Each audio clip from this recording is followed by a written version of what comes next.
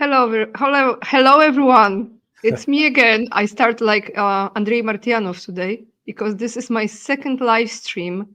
Not like I am a workaholic because I'm not. It's just I really wanted to have this conversation today with two of my great guests. So we had Professor Michael Hudson just a few hours ago, and now we have Larry Johnson is back in the house. Very, very busy, Larry. So Oh I'm happy yes. to connect with you. Have mouth will travel. Yeah, well, Larry is, very popular. Soon Larry will be charging us for those interviews, and we might not be able to afford it. So If I let's take advantage of it. if I ever become that kind of guy, I'll sign a waiver with you where you have permission to beat me over the head with a baseball bat. No, no, no.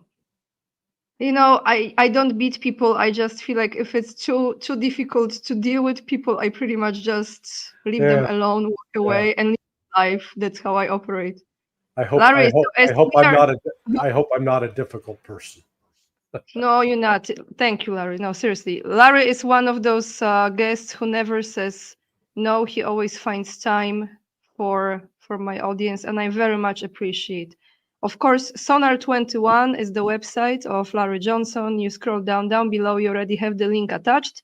And before we start, free of charge, everyone, zero pain. Just hit the like button, subscribe, and share. Leave the comments down below, and excuse my strange voice. I'm getting better. So let's start with Tulsi Gabbard. Larry was just confirmed as a Yeah, U.S. Director of National Intelligence. So UPPA, right? yeah. Shall No, we say? that's good news. She has got a daunting task in front of her because the intelligence community is broken, in my view. Um, and I learned yesterday. I can't go into the details, but who I know who one of her deputies is, at least who she selected to be one of her deputies, which would be a great choice. Um, but whether that the White House will agree with her uh, choice, her request, and then getting this person through confirmation. But if it all goes, it would be, a person of great integrity.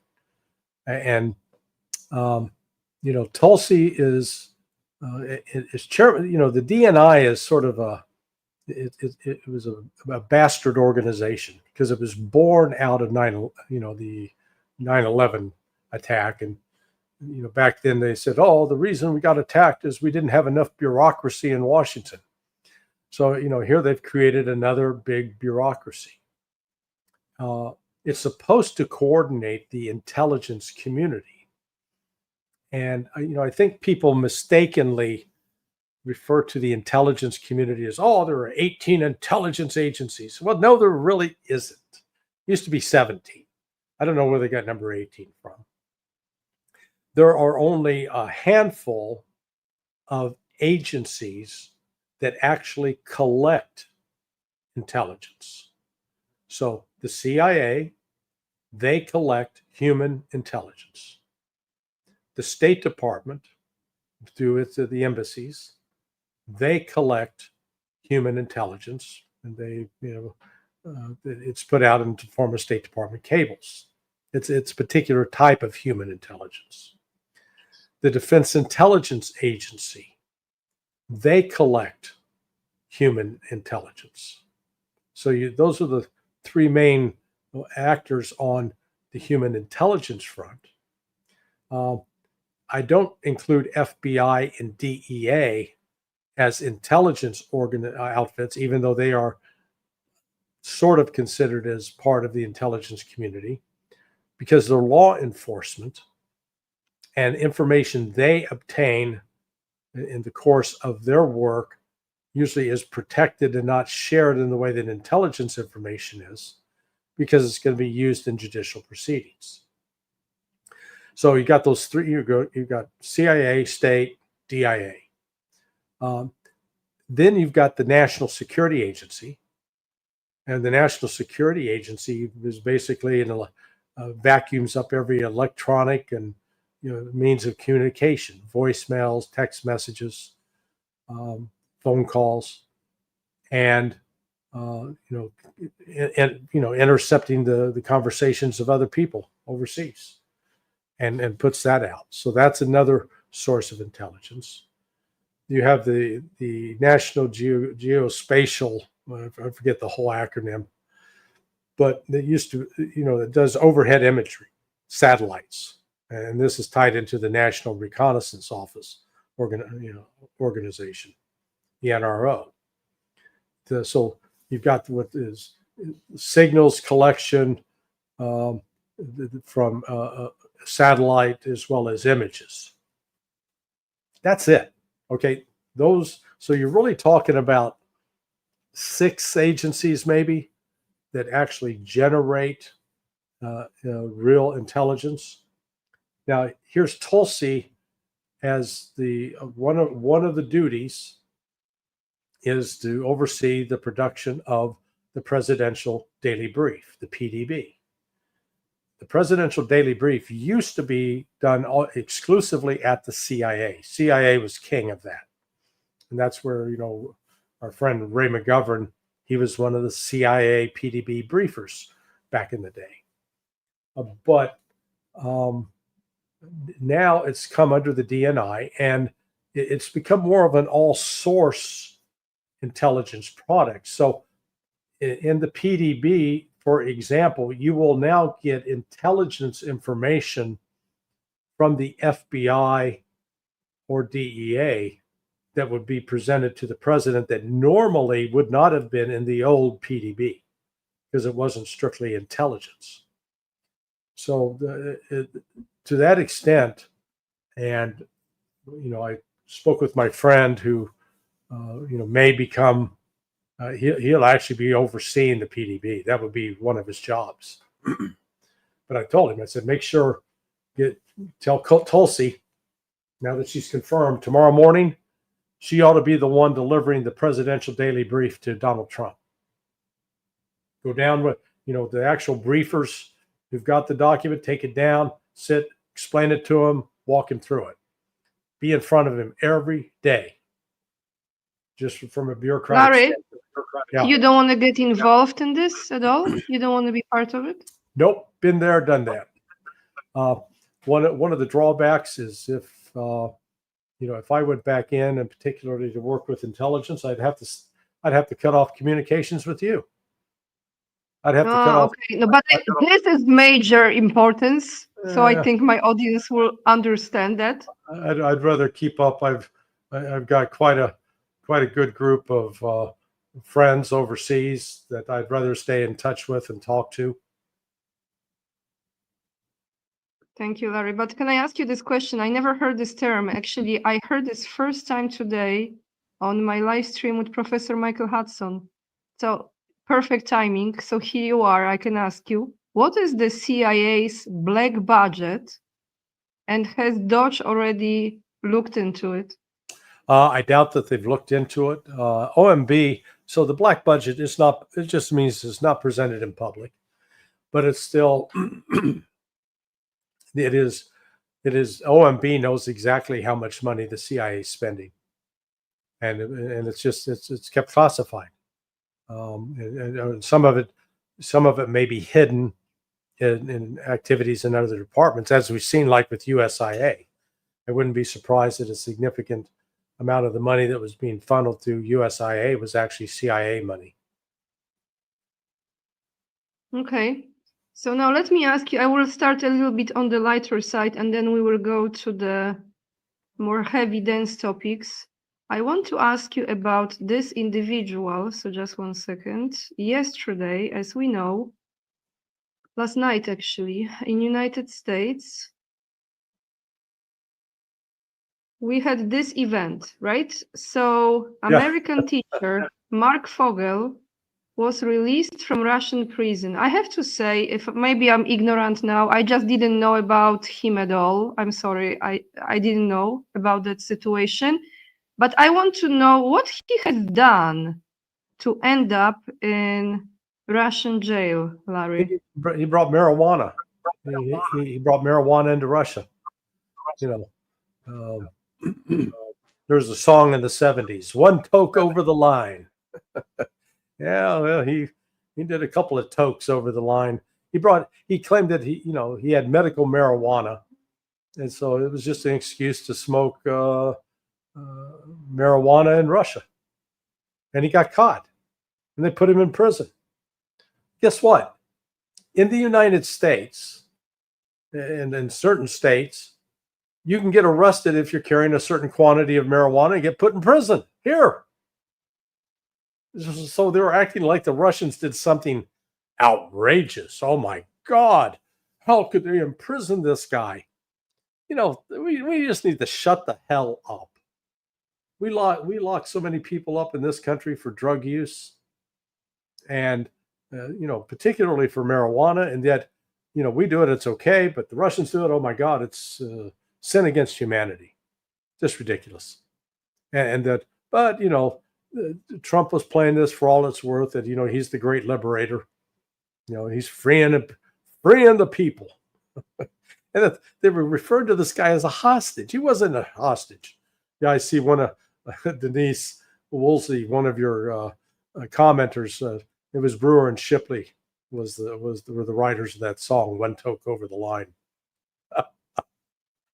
Smart group. Okay, thank you for explaining, because I didn't know what he did. Now, I actually was thinking why he even went to Russia in the first place if he just carried the medical marijuana. So, like, was it for vacation? Was he not relaxed?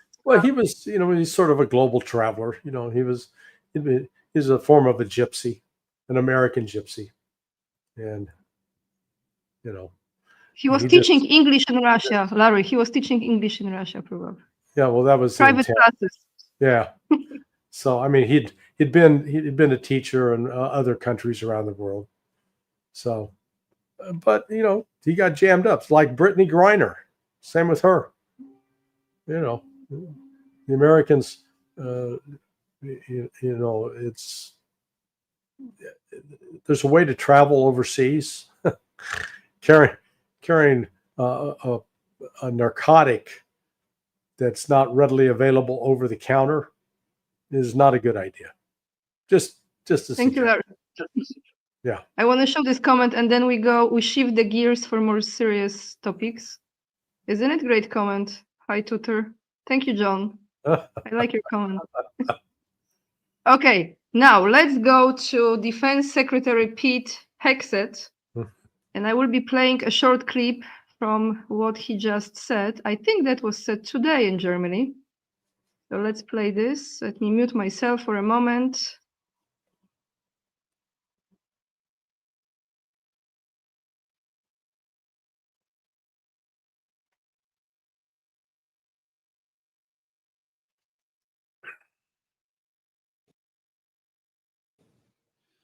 We will only end this devastating war and establish a durable peace with a realistic assessment of the battlefield. We want, like you, a sovereign and prosperous Ukraine. But we must start by recognizing that returning to Ukraine's pre-2014 borders is an unrealistic objective.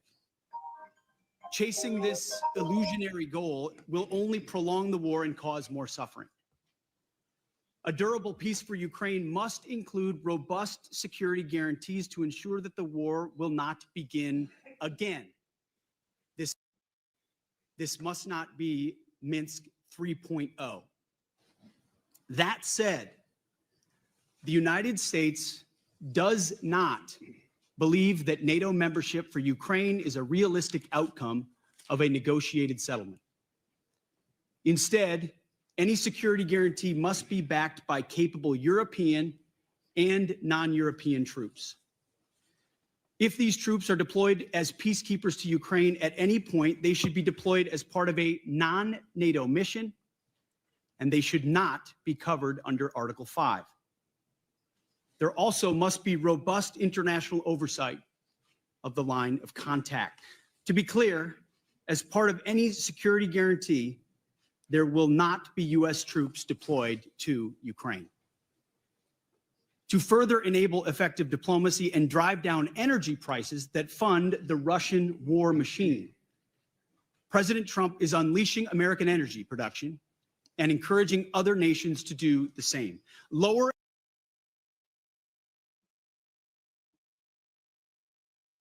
Okay, Yeah. Larry, my simple takeaway from this, like some things I like, some things I don't.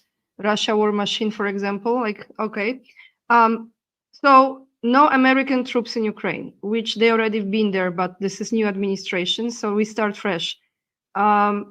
Europeans, but not representing NATO, going into Ukraine to keep an order, and I'm having like deja vu moment after World War II. Kind of in a way. So yeah, like we're gonna take over, we're gonna keep this land in order, and then Russia will keep that part of Ukraine in order. Larry, what's going on? Your thoughts on this? What do you think of those statements? What I like, that there are no more American troops. Like, can we believe this at this point? Yeah. No, this is very simple. The United States is pulling out of Ukraine. It's a European problem now. It's not a U.S. problem. That's the simplest way to put it. And we saw, Trump sent the first message on this, was it last week, maybe a week and a half ago, when they said, "Hey, the Ukraine Defense Group," which is sort of it's not a NATO group per se. It actually encompasses, at one point like 50 countries outside of NATO. That was to gather to say, "Hey, who's going to give what aid? Who can make a contribution here to provide aid to Ukraine?" The U.S. used to chair that. The U.S. said, "No, we're not going to chair it anymore. The UK, you chair it. Let the UK take responsibility." Okay. Then that was followed by last Sunday, Michael Waltz on one of the Sunday talk shows saying, "Hey," and this was just repeated by Hegseth. Giving Ukraine security guarantees, that's Europe's job, not ours. Europe. The United States is not going to guarantee any security, and Ukraine is never going to be a part of NATO. And anything that you Europeans want to do in Ukraine, it ain't going to be part of NATO. Article 5 doesn't apply. Hey guys, wake the hell up. The U.S. is out. We're done. And then Trump made a point that, if Ukraine wants some more military equipment, great, pay for it. Rare earth minerals. They owe us like $500 million, he said. Yeah, this is over. It's just a matter. United States is not going to continue to fund this war, and to supply this war, and to keep it going. Trump. So Larry, Europe. Sorry to interfere now, but Europe can't do it as well, because Europe is not in the position to continue. No, that's exactly the point. I mean, it's it's like telling someone who is confined to a wheelchair, "All right, you have to walk up that mountain now." Well, they're not going to walk up the mountain. They're in a wheelchair. Neither Germany, France, or the UK have the financial or military resources to secure Ukraine. As I said, this thing's over. So. All right. So now those troops, like he said, they will not, European troops I'm talking, they will not represent NATO, because they will not be covered by this Article 5. The whole situation, can I just tell you with my very simple way of thinking, it's kind of like ironic, because the previous administrations have United States administrations. I'm going back like Obama and before, and then Biden and all the same gang. They actually, they wanted Ukraine project, the corrupted project. The money was invested there. They pulled the entire European land people into this project, and now everything is completely changing the direction. Yeah. So the European so-called leaders, the greedy ones with the sticky hands, they followed the orders, the direction from those previous administrations. They got into that. You know, Larry, I cannot stop thinking. I cannot stop thinking. As you know, Poland is the point of transportation for the military equipment, right? Right, right. Imagine, like, I just wish someone will really follow the money here in Poland, Well, who exactly. benefited, because this is the point of entrance, isn't it? It's, or maybe sometimes it doesn't even enter, but let's say it enters. Okay, so how much money they made on those weapons? Yeah, yeah. No, that's the point. It is who is profiting from it. You know, this is while I'm critical of Trump on his foreign policy front, one of the things that he has exposed in Washington, which is now relevant to what we're talking about here in Poland, is a tremendous amount of grift and theft. You know, you got this one senator, Elizabeth Warren. You know, they refer to her as Pocahontas or Hiawatha. You know, making fun of they took the name Hiawatha, which was an Indian name, and they attached lie as in liar to it, Hiawatha. But she makes, her salary was like, as a member of Congress, is $200,000 a year, which is, you know, that's a nice paycheck if you can get one. And yet during her time in the Senate, she's now worth like $10-12 million. The other day we learned that Samantha Power, her net worth is tripled. She's now worth like $30 million on a government salary. How are these people making all this money? And I guarantee you, there are politicians in Poland that have been enriched because they've supported this NATO effort to run weapons, whether it's, you know, getting a payment in an envelope, whether they're being given payment directed to a business that they own or some member of their family owns. This has been corruption on a massive scale, but it's been a very profitable one for several companies. You know, so let me go back to what I wanted to express, as this is typical me. I go around and then I change the direction. Larry, so those troops, right? Let's say they deploy those troops in those uniforms, whatever they will have, the uniforms of whatever country they represent, or maybe they will have a new uniform design. God only knows, another contract to sign, and, you know, and make those uniforms. Great business. Here we go again. So, like, how do you envision this? What do? They go to that part of Ukraine that actually was dancing in the nightclubs, right? Because that is like still Ukraine. So those who were like disco dancing, and the other side was sacrificed over there. What they gonna do? They're gonna stay there and do what? Yeah, no. I mean, look, the West is the United States is going to insist on an election in Ukraine. Well, if there's an election, Zelensky will not win, and Zelensky is refusing to hold the election. At the same time, you saw that they've increased the money being offered for 18-year-olds to sign up. You know, they're offering some ungodly sum of money, and it's just really, I think Maria Zakharova said it best. She said, "What it's all they're gonna get is a space that's a meter wide, 2 meters long, and 1.5 meters deep." Well, she's describing a grave.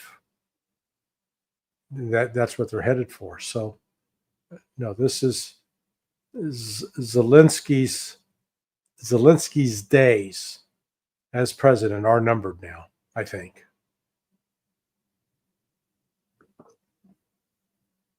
You know, this almost 3 years now, this month. Yeah, it will be 3 years and crazy. In 10 days. Yes. So, Larry, let's shift the gears again. I came across this information. I don't know how accurate it is. The Muslim world is mobilizing an emergency meeting to counter the US president's Gaza plan. Egypt has announced a preliminary agreement to convene an emergency meeting of the Organization of Islamic Cooperation, OIC, to reject any relocation of Palestinians from the Gaza Strip. The Egyptian foreign minister held talks with his counterparts from various OIC member states, though the specific date has not been announced yet. So let me ask you, do you think they will ultimately agree to this relocation? Oh, no. I think that was clear. Trump is, boy, what a stupid error this was. I mistakenly believed that it was just a negotiating gimmick, that he wasn't serious about it. But it is, he's basically endorsing completely the Zionist program of genocide, and has no regard whatsoever for the Palestinians. He is in this alienating every Arab American that voted for him, believing that he would bring some even-handed justice to the Middle East. Instead, he's siding entirely with Netanyahu and with the Zionists to expel the Palestinians and blame the Palestinians for the destruction that has been visited upon them by the Israeli military using U.S. bombs, U.S. supplied bombs. I mean, if this, I can't call it funny, because there's nothing funny or humorous about it, but it's so bizarre and twisted. But that's what he's wrought. So if he thinks, and well, this is how he thinks. He's a transactional guy. It's just like prostitution. You pay somebody enough money, they'll perform a sex act that you want. On this case, he's saying you pay them enough money, they're going to perform a political act. It's political prostitution. And he thinks that Egypt and Jordan can be bought. And I don't think so.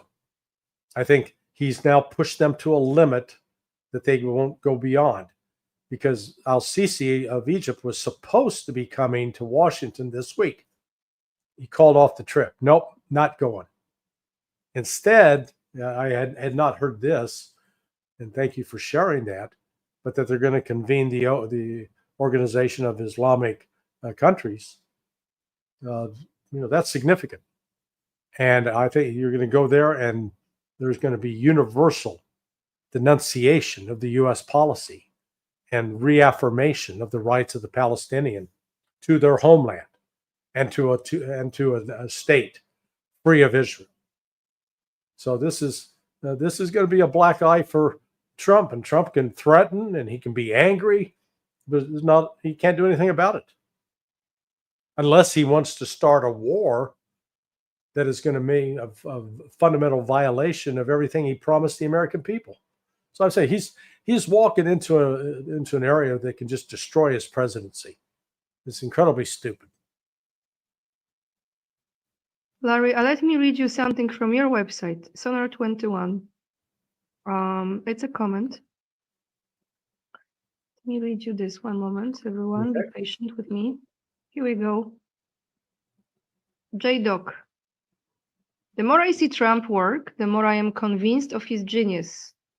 The threat to take Gaza is not a threat to the Palestinians. It is a threat to the Israelis who thought they were going to take Gaza. Trump pulled a godfather move on Netanyahu, telling him that if anyone other than the Palestinians take Gaza, it is going to be the US. He probably reminded him of how much Israel owes the US, and that if we want, we can cut them off anytime. In short, he made him an offer he could not refuse. Now Israel has the choice to make peace with the Palestinians or have Gaza taken over by Hit and Goy, who would turn it into another Atlantic city complete with gambling casinos and escort services. The thought of the Holy Land being exploited by the likes of lowly Americans will be more than the small heads can stand. they will realize that making peace with the Palestinians is far better than allowing the US developers to turn Gaza into Sodom and Gomorrah. No wonder Bibi looked so pissed off at the news conference. I bet Trump did not even buy him dinner before he screwed him. So, Larry, what would you say? I actually like this comment very much. Yeah, but I disagree with it on several points. One, yeah, Trump says, yeah, we're going to own it, but then you press the details. Mr. President, who are you going? Where are you going to get the money? Oh, well, not us. The United States is not putting up any money for this. For the development and the rebuilding of Gaza, it's going to be other people. No U.S. money.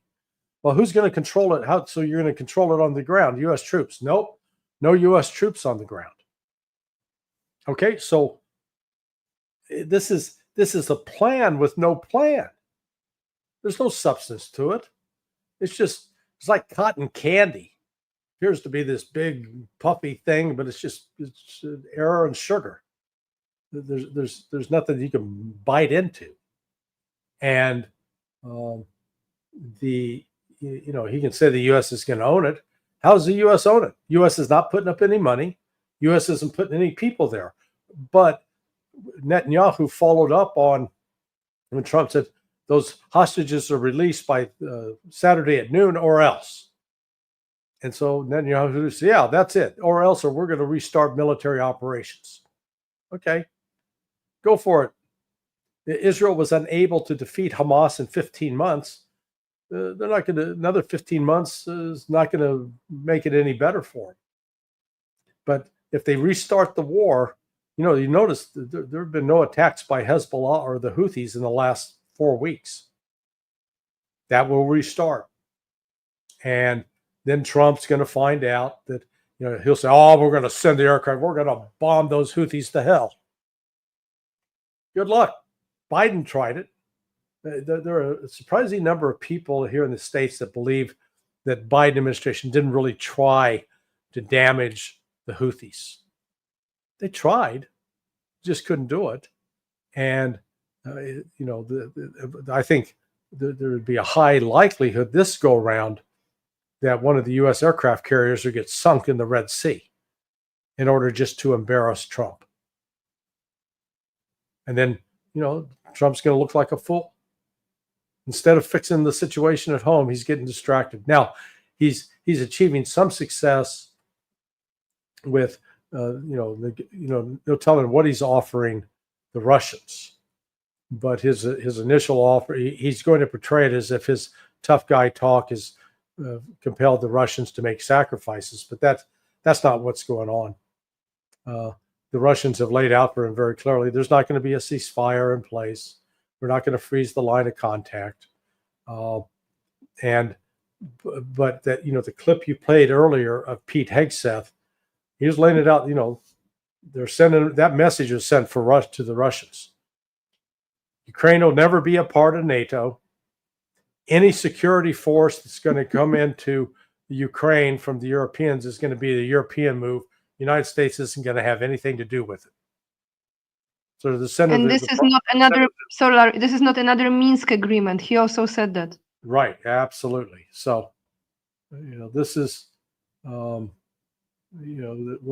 moving in some different directions here. So Trump's going to have some success, it looks like, with Russia. But the policy, the only way he's going to get a deal done ultimately with Iran, it's going to have to work through Russia. And maybe that's possible. We'll see how big of what kind of agreement they're going to come up with. Okay. So my last question that I have for you here, let me start with the clip again.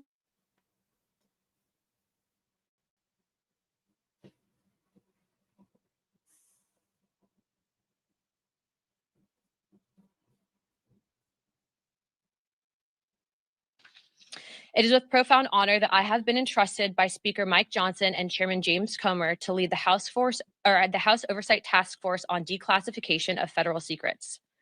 Together with the help of the White House, our intelligence allies, the Department of Defense, the Department of Justice, we will be conducting investigations into the following: the assassinations of JFK, RFK, and Dr. Martin Luther King, unidentified aerial phenomena, also known as UAPs, unidentified submerged objects, also known as USOs, the Epstein client list, the origins of COVID-19, and the 9/11 files. This task force will be a beacon of bipartisanship. On the Republican side, Representatives Burchett, Boebert, Burleson, Crane, Gill, and Mace will be joining me, although I'd like to note that I'm expanding this to the entire governing body and will be allowing certain members to waive on. Our first hearing is set for March. The date will be announced soon, and we've already initiated close to a dozen communications with various agencies, to include Pam Bondi at the Department of Justice and the Secretary of State. This will no longer be a task force that makes bold promises only to fade into irrelevance or send strongly worded letters. This will be a relentless pursuit of truth and transparency, and we will not stop until the American people have the answers they deserve. Larry, so let's talk about this. All of those files are important to me. Well, all of them are, but to me, especially the infamous list is very, very important. How do you think, as a human to human talking now, how do you think those people who have no idea or even a glimpse of idea what has been taking place will react to it? How people will take it? Because I don't know how they're gonna present those files drip by drip. They're gonna say all the names. Will this be fully released? How do you see that? You mean the Epstein files? Correct. Yes. I suspect that they'll be more disappointed than shocked or astonished. I mean, everyone already knows that Bill Clinton's on the list, of course. We've known that. Bill Gates, we've known that. So I don't really. I think it's. I don't think there'll really be that many dramatic revelations come out of it, candidly, and it will be. There will be, I guess, sort of the expectations have been built so high for this that when they deal with the reality, it will be like, oh, is that all there is? It's not quite what we expected. It's a little bit like I recall my reaction when, I had been granted a top secret clearance, and the first day we get access to the top secret information, and you think oh my God, we're gonna really see some secret revelation. And then you go, is that it? Build up all these expectations. So I think, it'll point the finger more at, I think it's going to have more of a secondary effect in focusing, going back and looking at who killed Epstein. And once you see, recognize that the Clintons and Gates, a lot of these people had an incentive to get rid of it.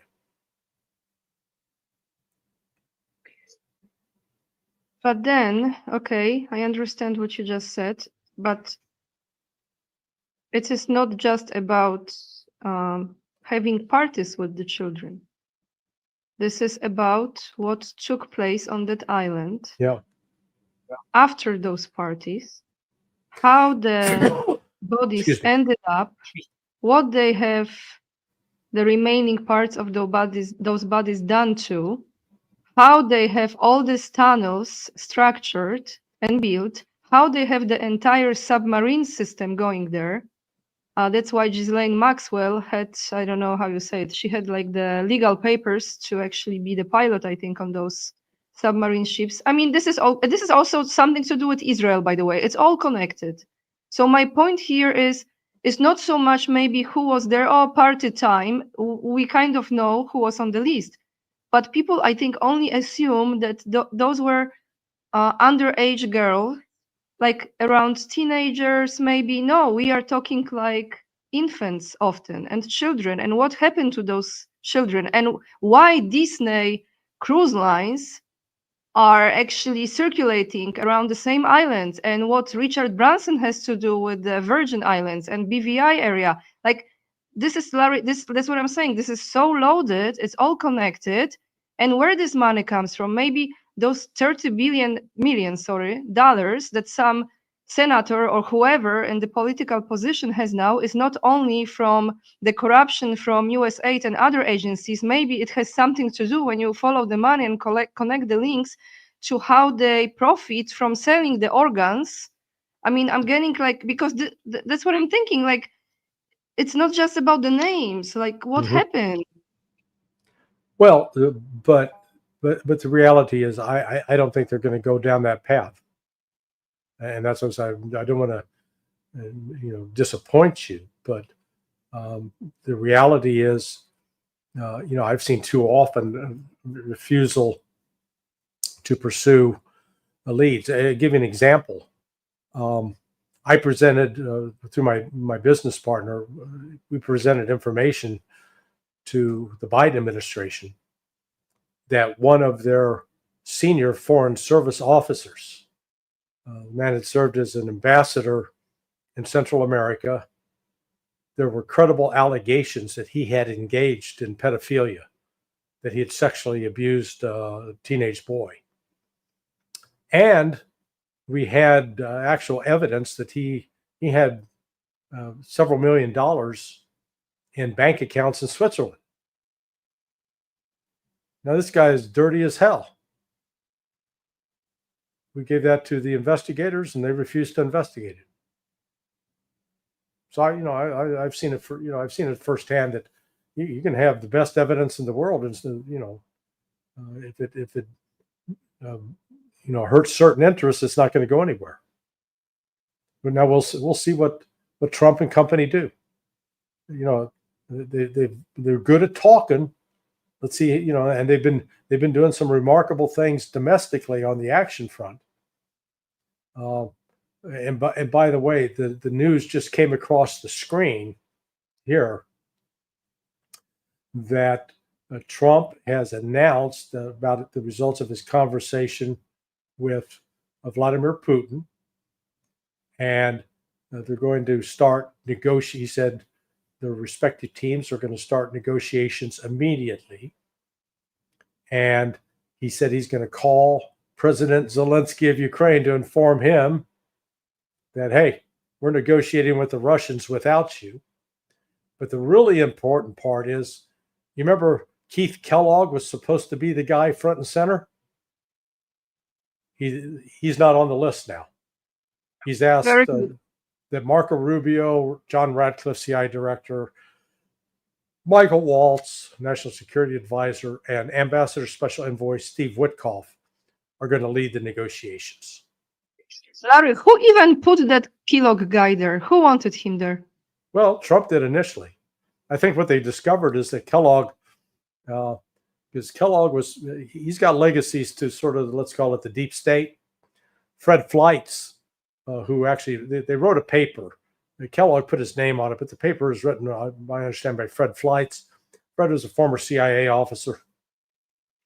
Fred was actively involved with the whole Iraq debacle. Yeah, he's Jewish, neoconservative, and it turns out that Kellogg's daughter is involved with a non-governmental organization that's been making money off of the war in Ukraine. So all of a sudden, here we go, Larry.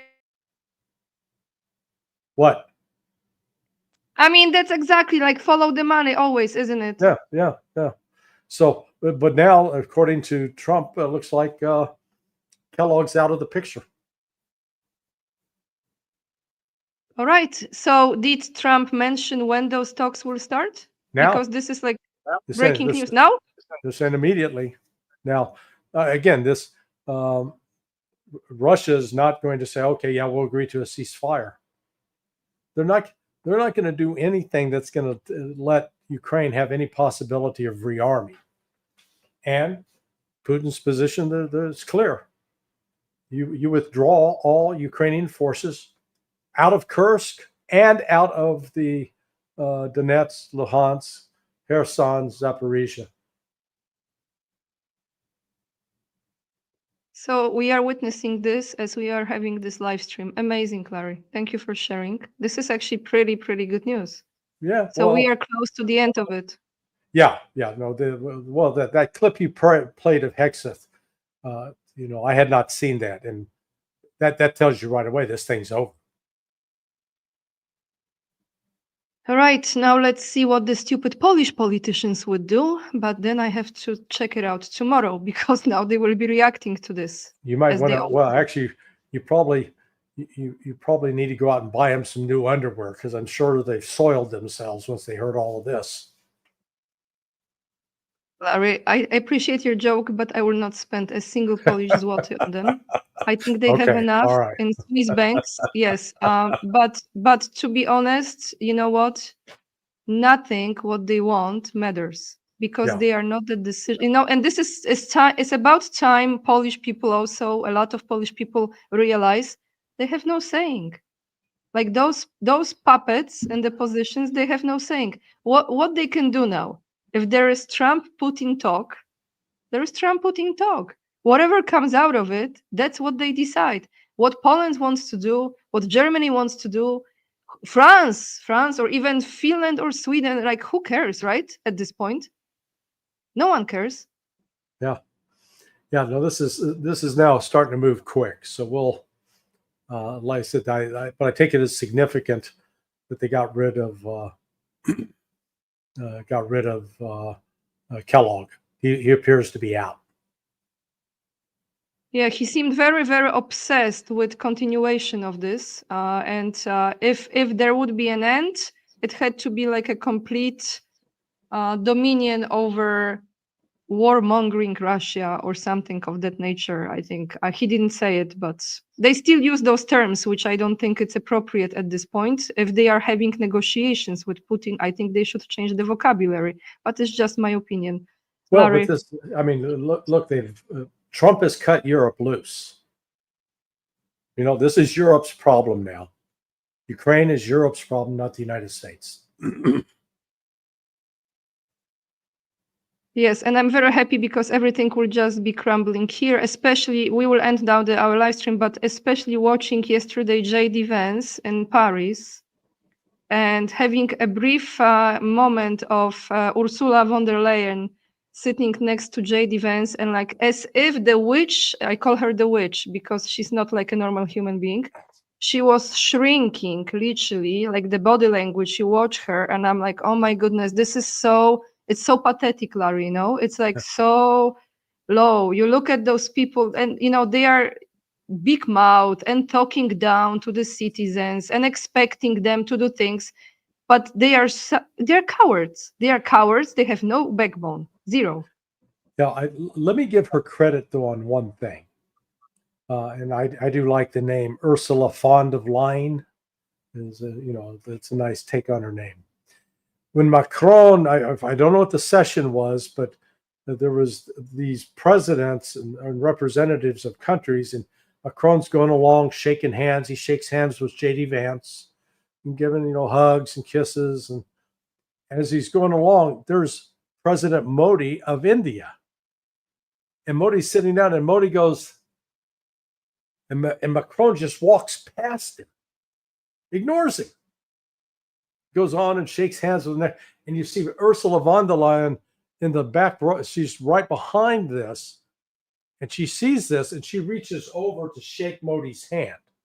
Now, I give her credit for that she saw this gaffe, this snub that Macron did to Modi, and she went over to try to help him recover a little bit of dignity. But it was pretty shy. But actually, Andrei Martyanov has the video at on his site.